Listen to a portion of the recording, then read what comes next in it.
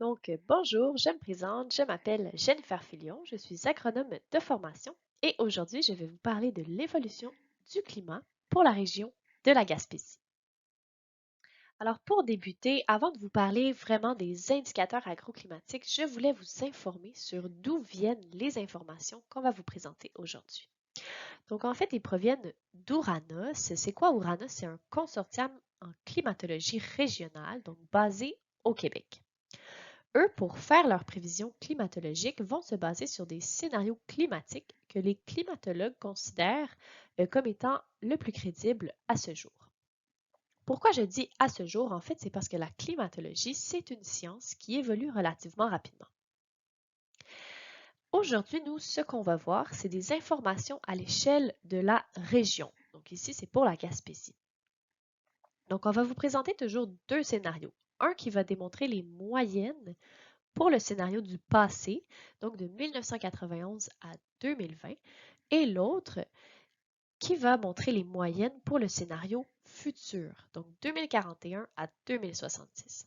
Ce scénario-là, on l'appelle aussi Horizon 2050. Donc, on serait maintenant rendu à parler de notre premier indicateur agroclimatique. Mais d'abord et avant tout, j'aimerais bien vous expliquer comment va fonctionner la présentation des cartes que vous voyez ici apparaître. Donc, vers la gauche, vous avez en fait la carte qui représente le scénario historique et vers la droite, celle pour le scénario futur, donc l'horizon 2050. Au milieu, c'est la légende. Donc, celle-ci est commune aux deux cartes. Si maintenant on se concentre un peu plus au niveau de la carte, donc question de vous situer, là évidemment on est pour la région de la Gaspésie, donc vous seriez Gaspé dans ces alentours ici et Percé là, aux environs d'ici. Aussi, vous voyez des petites tuiles apparaître, donc de couleurs différentes. Celle-ci, à titre informatif, elle représente une superficie de 10 km par 10 km. Au niveau maintenant de l'encadré que vous allez voir sur certaines diapositives, donc lui présente en fait les moyennes pour le scénario historique, 91 à 2020, puis les moyennes pour le scénario futur. On a ensuite notre delta qui lui représente la variabilité qui est anticipée. Et finalement, entre parenthèses, c'est l'incertitude qui est associée au modèle. Si on revient maintenant à notre indicateur climatique, qui est en fait la température moyenne annuelle, on est en mesure ici d'observer une augmentation des températures annuelles à l'échelle de la région.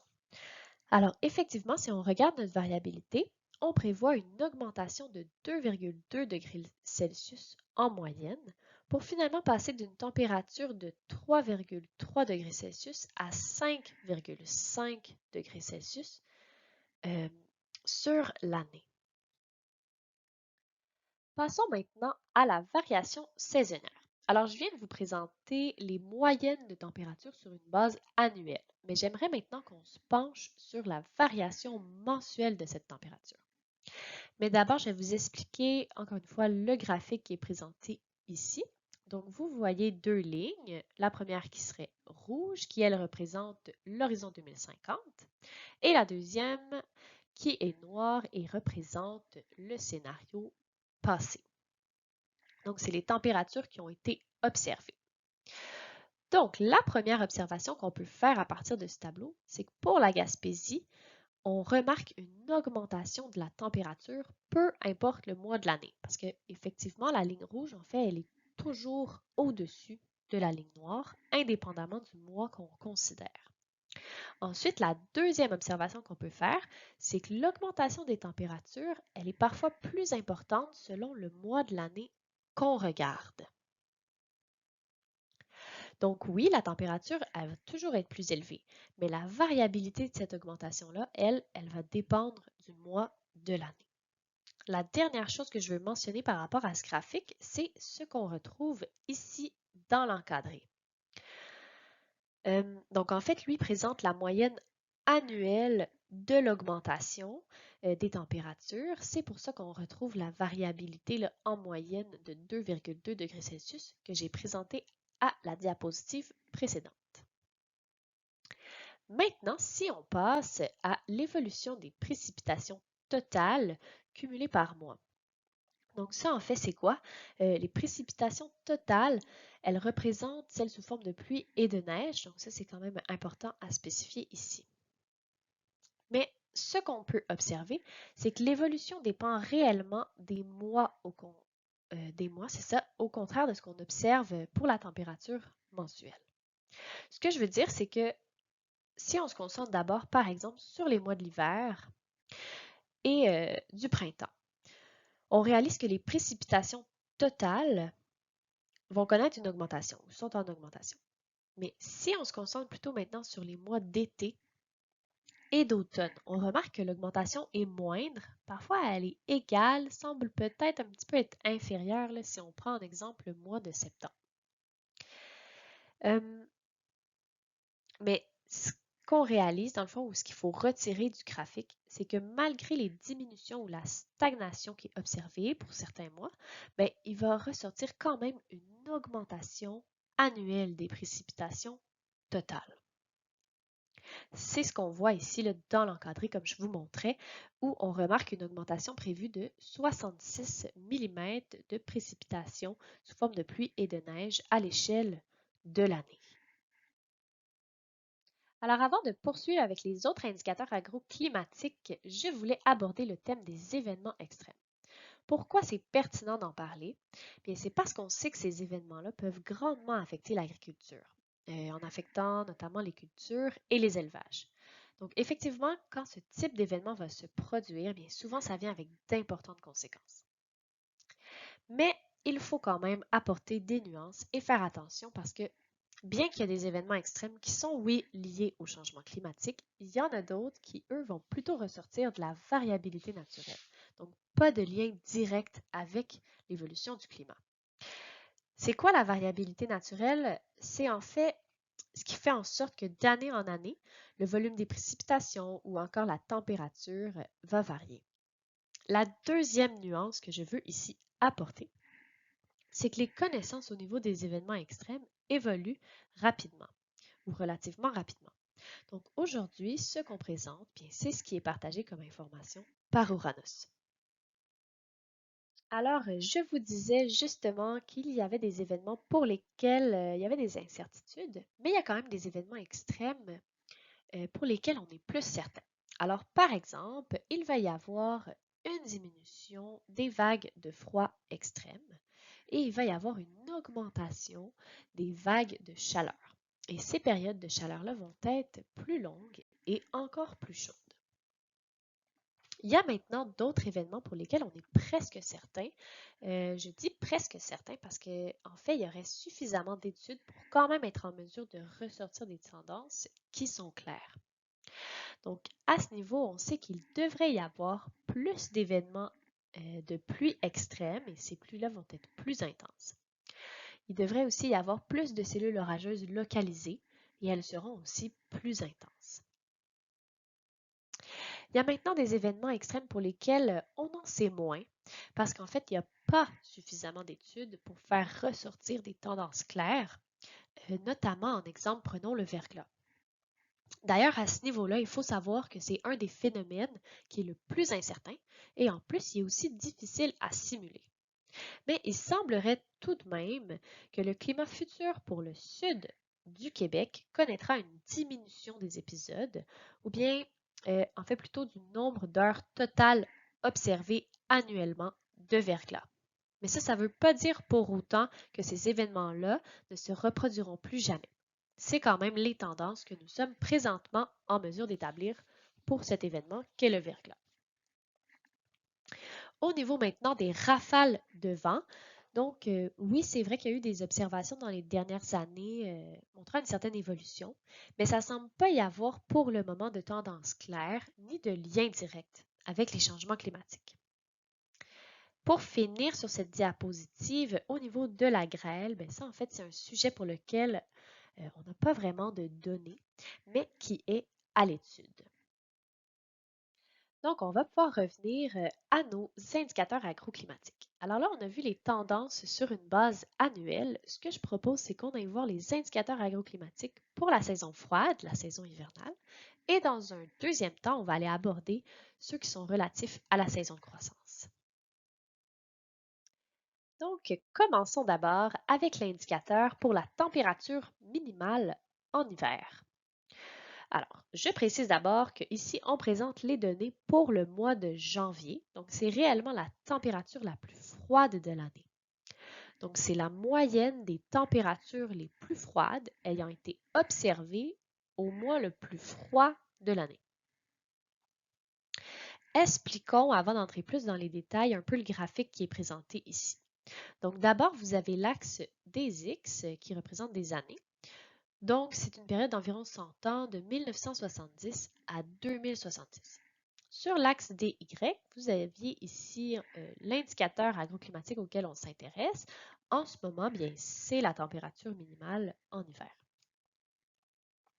Ensuite, on a la ligne pointillée qui, elle, représente les observations qui ont été faites au cours des dernières années. Donc, les observations réelles.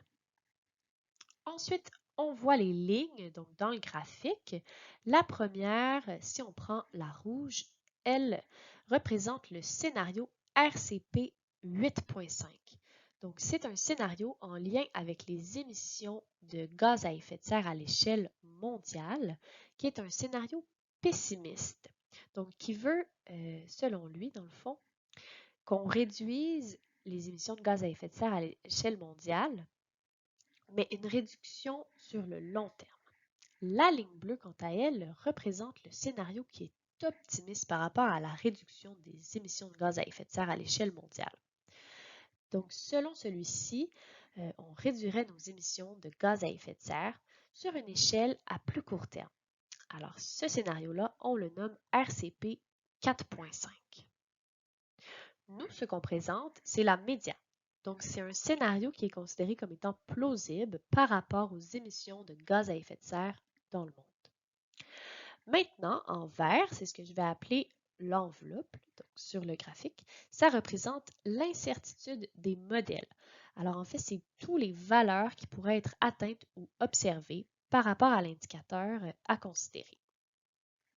Donc, si on revient à la région de la Gaspésie et qu'on essaie de retirer une information de ce graphique. En fait, ce qu'on observe, c'est une augmentation de la température moyenne minimale. En d'autres termes, ça veut dire qu'on va connaître moins de froid extrême dans le futur. Ici, je rappelle que les données qu'on présente représentent une moyenne sur 30 ans. Maintenant, pour illustrer cette diminution de la température moyenne minimale en hiver, prenons en exemple le mois de janvier, où pour la Gaspésie, dans le passé, donc de 91 à 2020, la température moyenne minimale s'élevait à moins 26,8 degrés Celsius. Mais elle va passer dans le futur à moins 22,2 degrés Celsius. C'est donc une augmentation de 4,7 degrés. Quand même notable au niveau de l'augmentation de la température moyenne minimale en hiver. Si on s'attarde maintenant au nombre de cycles de gel-dégel. Alors d'abord, c'est quoi un cycle de gel-dégel? En fait, c'est une journée où on va connaître une température maximale qui est positive, donc au-dessus de zéro, et aussi une température minimale en dessous de zéro. Donc en fait, c'est de vivre du gel et du dégel à l'intérieur de la même journée. Ce qu'on observe d'abord au niveau de l'année au complet, c'est une diminution du nombre de jours où il y a une occurrence d'un cycle de gel et dégel. Donc, passant de 87 jours à 77 jours en moyenne. C'est donc une diminution de 10 jours où il y a l'occurrence d'un de ces cycles. Là où ça devient intéressant et sur quoi je veux apporter votre attention, c'est à l'hiver. Parce que c'est le contraire qui se produit. Donc, on observe plutôt une augmentation du nombre de jours où il y a un cycle de gel-dégel, passant de 15 à 23 jours, pour une augmentation en moyenne de 8 jours par année. Ça, en fait, c'est lié vraiment à l'augmentation des températures. Si on regarde maintenant l'indicateur qui concerne les précipitations hivernales, Maintenant, ici, je veux spécifier que les précipitations totales auxquelles on fait référence, encore une fois, incluent celles sous forme de pluie et de neige. Donc, ce qu'on observe, c'est une augmentation des précipitations totales. Donc, en réalité, on devrait gagner en moyenne 27 mm de précipitations à l'hiver pour la région de la Gaspésie. Mais la réelle question ici qu'on doit se poser, c'est sous quelle forme ces précipitations vont tomber dans le futur. Donc, c'est justement la question à laquelle on va tenter de répondre à l'aide de ce tableau que je présente ici. Donc, premièrement, vers la gauche, vous avez les données pour le scénario passé, donc de 91 à 2020, et à droite, les données pour le scénario futur, donc 2041 à 2070. Pour chacun des scénarios, on va vous présenter les précipitations totales sous forme de pluie, les précipitations totales sous forme de neige et finalement le ratio des précipitations qui vont tomber sous forme de pluie. C'est la même logique à suivre pour l'horizon 2050. Ici, vous avez peut-être remarqué qu'on met au niveau des précipitations sous forme de neige, c'est en millimètres. Donc, ça pourrait paraître peu, mais en fait, ce qu'il faut savoir, c'est que c'est un équivalent en eau. Donc, quand on fait fondre la neige, ça va donner combien de millimètres d'eau? Là où je veux maintenant attirer votre attention, c'est sur les totaux intermédiaires. Donc, la ligne qui est juste ici. Si vous remarquez, pour le scénario passé, le total des précipitations sous forme de pluie s'élevait à 281 mm. Elles vont augmenter dans le futur à 367. Donc, c'est évidemment une augmentation notable. Pour illustrer un peu plus, on va passer de 45% des précipitations sous forme de pluie, donc moins de la moitié, à plus de la moitié, donc 55%. En suivant cette logique, les précipitations qui vont tomber sous forme de neige, elles, vont subir une réduction, passant de 321 à 289 mm. Si on se concentre maintenant un peu plus mois par mois, qu'est-ce que ça donne? Si par exemple on regarde pour le mois de décembre, on réalise que les précipitations qui tombent sous forme de pluie passent de 22% à 36% pardonnez-moi, pour le mois de décembre. Un peu de la même façon, elles vont passer de 7% à 13% pour le mois de janvier. Donc, c'est pratiquement une augmentation du double des précipitations qui tombent sous forme de pluie. Donc, si on conclut sur ce tableau, on observe en fait une augmentation des précipitations sous forme de pluie à l'hiver. Et ça, encore une fois, eh bien, c'est lié à l'augmentation des températures. Avec la diminution des précipitations sous forme de neige vient aussi en fait la réduction de la durée de la période d'enneigement. Au fait, pour votre information, lorsqu'on parle de durée d'enneigement, on fait référence à dès qu'il y a plus de 3 cm de neige au sol. Et j'aimerais aussi attirer votre attention ici sur le fait que les périodes qui sont présentées pour le scénario du passé sont un peu différentes. C'est simplement parce que les pas de temps pour ces modèles sont différents, mais je voulais vous le préciser, là, étant donné que c'est de l'information qui est mise en rouge ici. Donc, ce qu'on observe, en fait, pour la Gaspésie, c'est une réduction d'en moyenne 52 jours de la durée de la période d'enneigement. Donc, c'est important quand même comme réduction, ce qui nous fait passer de 161 jours à 109 jours dans le futur. Pour l'épaisseur maximale du couvert de neige, donc vous allez peut-être encore une fois remarquer que c'est présenté en millimètres. Donc, c'est suivant la même logique, c'est effectivement parce que c'est en équivalent d'eau de la neige. Mais l'important à retenir ici, c'est que 1 mm de neige qu'on présente ici justement, c'est environ l'équivalent d'un centimètre de neige, mais avant qu'il y ait eu compaction ou tassement. Alors finalement, pour la Gaspésie, l'épaisseur maximale du couvert de neige va se voir réduire de 107 mm dans le futur, donc passant de 229 à 122 mm. Alors en fait, le fait de réduire la durée du couvert de neige et l'épaisseur maximale du couvert de neige amène évidemment des impacts, notamment sur les plantes. C'est pour ça qu'on va parler ici du potentiel d'endurcissement des plantes fourragères. Alors premièrement, concrètement, c'est quoi ce potentiel d'endurcissement?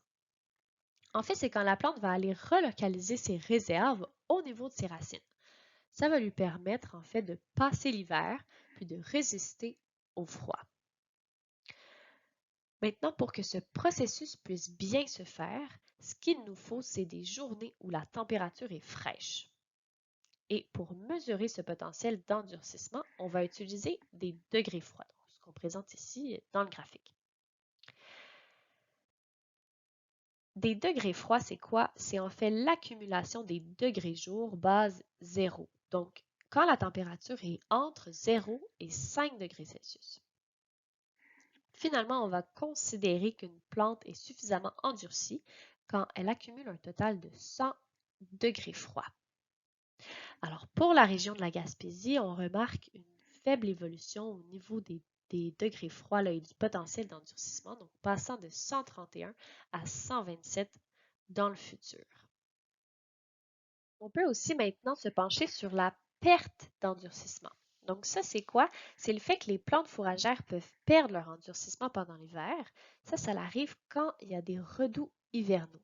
Donc s'il y a des températures chaudes, bien, ça peut venir affecter la plante et provoquer une perte d'endurcissement.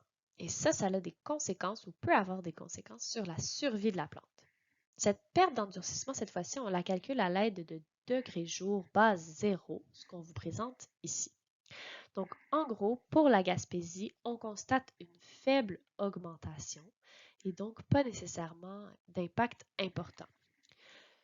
Je réitère l'importance, ou plutôt je mets l'importance sur la grande variabilité qui est observée au cours des dernières années. Donc, si on se fie là-dessus, selon l'enveloppe verte qu'on peut voir, bien, la variabilité comme ça va continuer et devrait se maintenir. Alors, et voilà, on aurait passé à travers les indicateurs agroclimatiques qui sont reliés à la saison froide. Mais je voulais en profiter pour vous faire un petit résumé, dans le fond, de ce qu'on a vu. Alors, on a vu qu'il va y avoir une augmentation des températures en hiver, donc moins de froid extrême. Ensuite, on a vu qu'il allait y avoir une modification au niveau des régimes de précipitation. Donc, si on se rappelle, plus de pluie pour moins de neige. Mais au total, globalement, une augmentation des précipitations totales. Ces indicateurs-là, d'ailleurs, peuvent évidemment avoir des impacts sur les plantes, comme ça l'a été mentionné.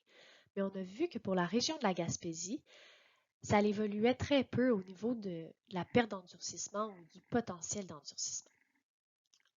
On va maintenant pouvoir passer aux indicateurs qui concernent la saison de croissance. Alors, justement, quoi de mieux pour commencer les indicateurs qui concernent la saison de croissance que la date du début de cette saison, justement. À titre informatif, on va considérer que la saison de croissance peut débuter quand on a atteint 5 jours consécutifs avec une température moyenne de plus de 5,5 degrés Celsius. Pour déterminer cette date, d'ailleurs, on va se baser sur l'échelle des jours juliens. Maintenant, ce qu'on remarque pour la région de la Gaspésie, c'est qu'on va passer d'une date de début de saison de croissance d'en moyenne évaluée au 8 mai à en moyenne au 27 avril. Donc un devancement de la date de début de saison de croissance d'environ 11 jours en moyenne. Au niveau du dernier gel printanier, toujours avec comme référence les jours juliens, pardonnez-moi. D'ailleurs, je vais en profiter ici pour faire une parenthèse tout de suite. L'échelle des jours juliens va être aussi utilisée quand on va aborder les thèmes du premier gel à l'automne et de la fin de la saison de croissance, là, quand on détermine les dates appropriées. Bon, si on revient à la Gaspésie et à notre dernier gel printanier, ce qu'on peut voir, c'est un peu comme pour la date du début de la saison de croissance, la date du dernier gel printanier va être devancée.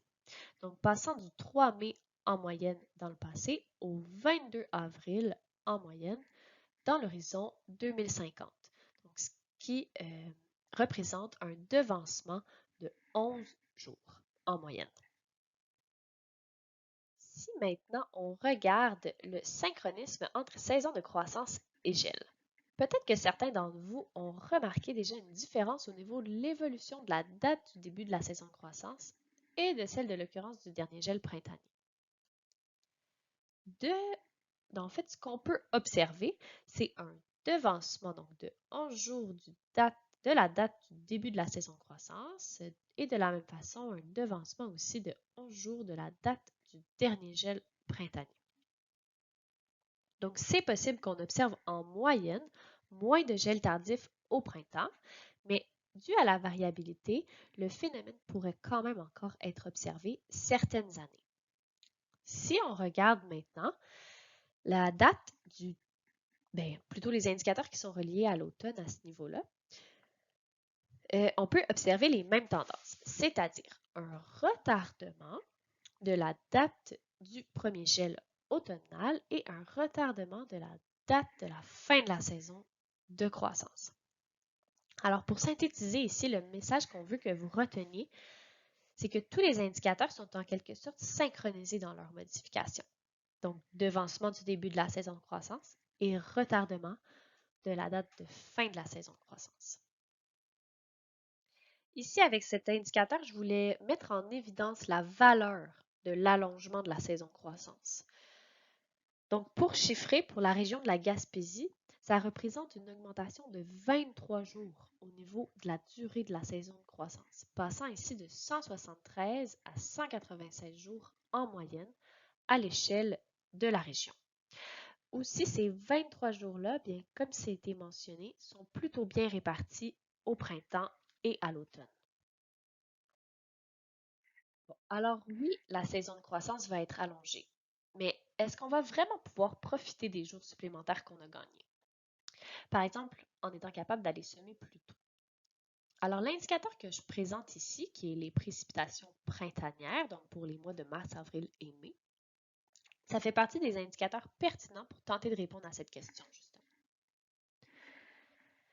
Donc, ce qu'on observe, c'est que sur les 3 mois présentés, on voit une augmentation d'en moyenne 22 mm, pardonnez-moi, pour la région, passant ici de 245 mm à 267 mm en moyenne pour la région. Mais ce qui est important de voir, c'est que si on se rappelle le graphique en début de présentation sur l'évolution des précipitations totales mensuelles, on avait vu en fait que les précipitations étaient relativement bien réparties entre les 3 mois du printemps. Donc en fait, il ne devrait pas y avoir une concentration des précipitations très importante lors des semis. Mais je veux quand même réitérer l'importance en fait de considérer la variabilité au niveau des observations faites dans le passé. Parce que oui, on a connu des printemps qui étaient très pluvieux et d'autres qui étaient relativement secs. Donc, si cette variabilité, ou comme ça l'indique ici, la variabilité va continuer et donc certaines années, on va réellement être capable de pouvoir profiter de l'allongement de la saison de croissance. Si maintenant on regarde les unités thermiques maïs, donc les UTM, alors avec en plus l'allongement de la saison de croissance, on voit sur ces cartes une augmentation justement des UTM. Bon, ici, je vais apporter une petite spécification parce qu'on présente les UTM maximum potentiels. Donc, en fait, ça, c'est un calcul qui est réalisé depuis le premier jour où la température moyenne atteint le seuil minimum de 12,8 degrés Celsius sur 5 jours. Mais tout de même, à l'échelle de la région, ça représente une augmentation d'en moyenne 599 UTM pour la Gaspésie. Maintenant, au niveau des degrés jour, ici, ce qu'on peut observer, c'est une augmentation donc de 365 degrés jour à l'échelle de la Gaspésie. À titre informatif, je veux vous spécifier ici que les degrés jour base 5, bien ça, c'est en fait l'addition de toutes les températures de plus de 5 degrés Celsius sur toute l'année. Donc, je rappelle, ce qu'on prévoit, c'est une augmentation du nombre de degrés jour pour la Gaspésie. Maintenant, pour le nombre de jours avec une température maximale supérieure à 30 degrés Celsius, ce qu'on observe ici, c'est une augmentation de 4 jours où la température va être supérieure à 30. Donc, passant de 1 à 5 jours pour, encore une fois, la région de la Gaspésie. Maintenant, on va s'attarder au nombre de jours avec une température de nuit qui est supérieure à 20 degrés Celsius. Donc, ce qu'on voit, encore une fois, c'est une légère augmentation. Mais pourquoi, en fait, je veux parler de cet indicateur-là? C'est parce qu'il faut savoir que lorsqu'il fait chaud le jour, mais que la température de nuit diminue, bien, c'est beaucoup plus supportable pour les animaux et pour les cultures.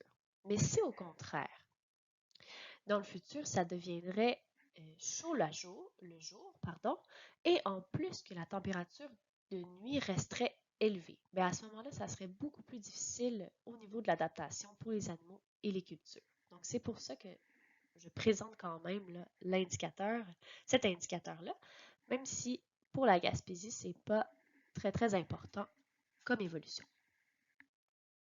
Donc, le prochain indicateur auquel on va s'attarder, c'est le nombre de canicules annuelles.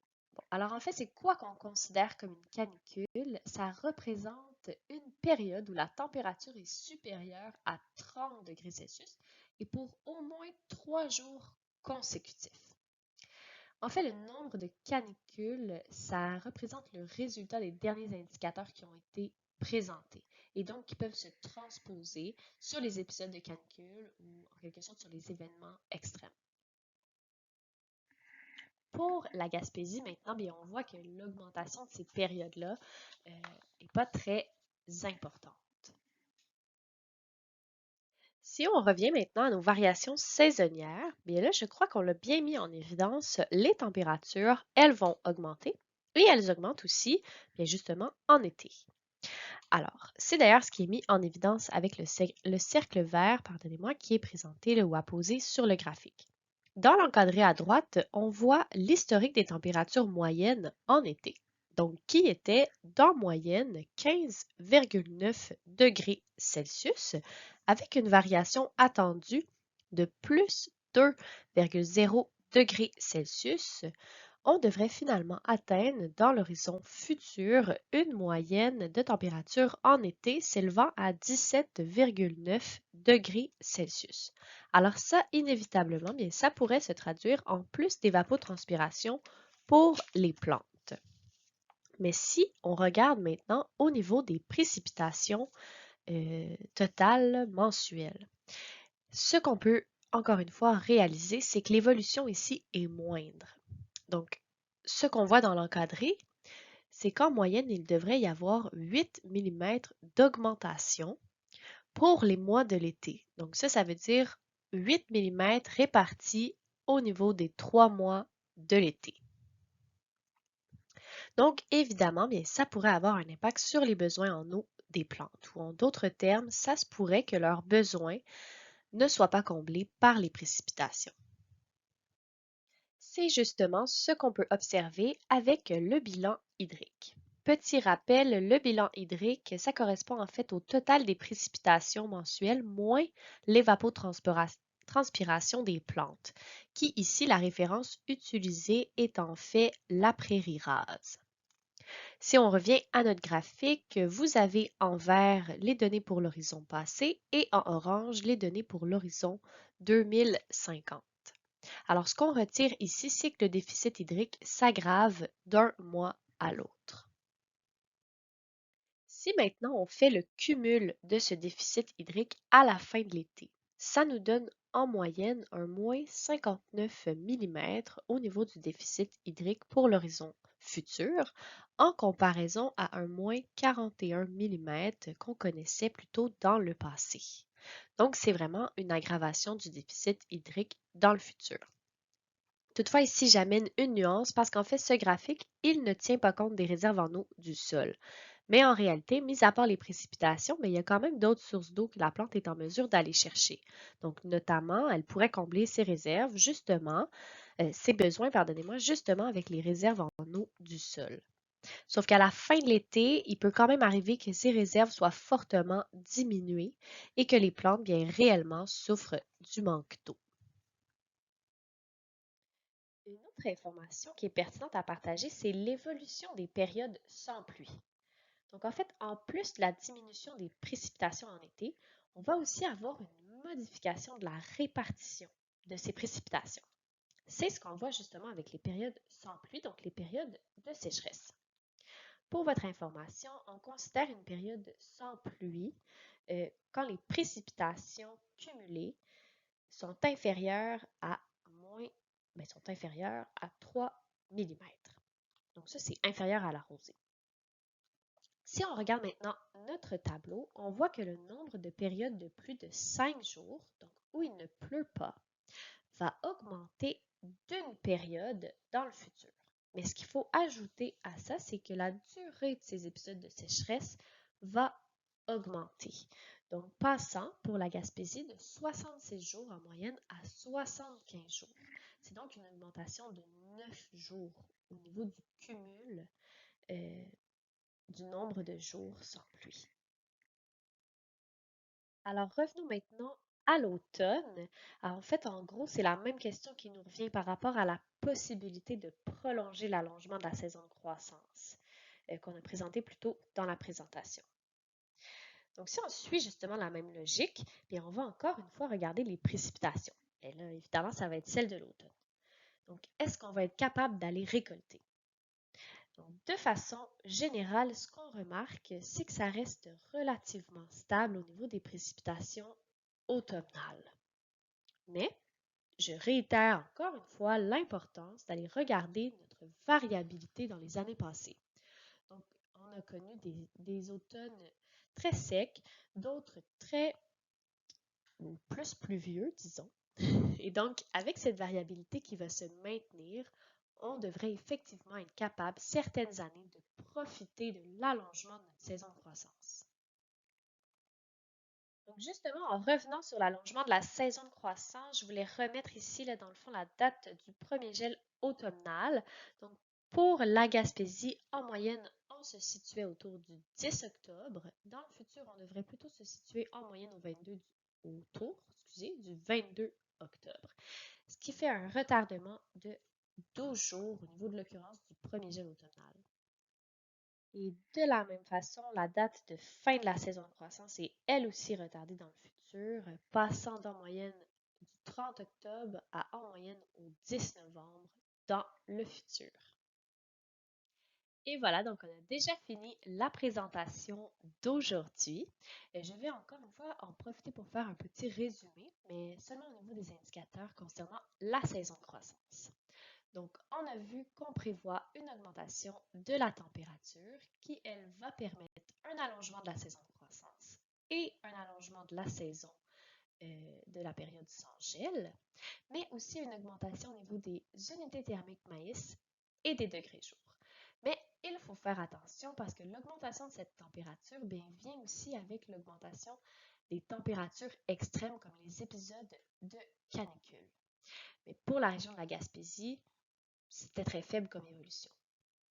Du côté maintenant des précipitations, donc on a vu qu'il n'allait pas avoir une hausse ni à l'été ni à l'automne, ce qui pourrait être dangereux pour les déficits hydriques au niveau des plantes. Finalement, on a aussi vu une augmentation des périodes de sécheresse, justement, ou plutôt du nombre de jours cumulés sans pluie. Alors, je vous remercie évidemment pour votre attention. J'espère que vous avez apprécié la présentation et que ça vous a permis d'en apprendre. Bonne journée!